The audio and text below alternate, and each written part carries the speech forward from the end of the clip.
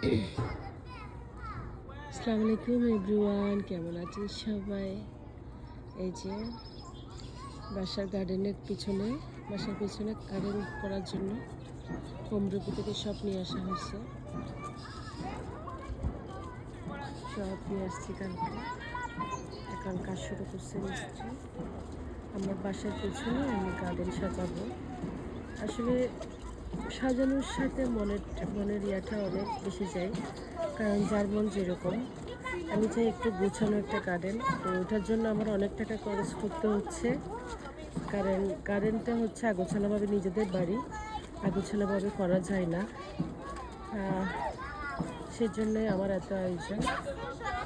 এগুলো সব সেটিং হলে আমি ভিডিও দেব।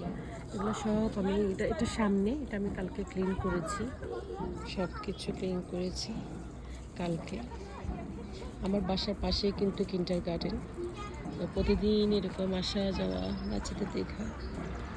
তা আমি অনেক লাকি আসলে, কারণ আগের বাসাও সেম ছিল এরকম মানুষজনের আসা যাওয়া।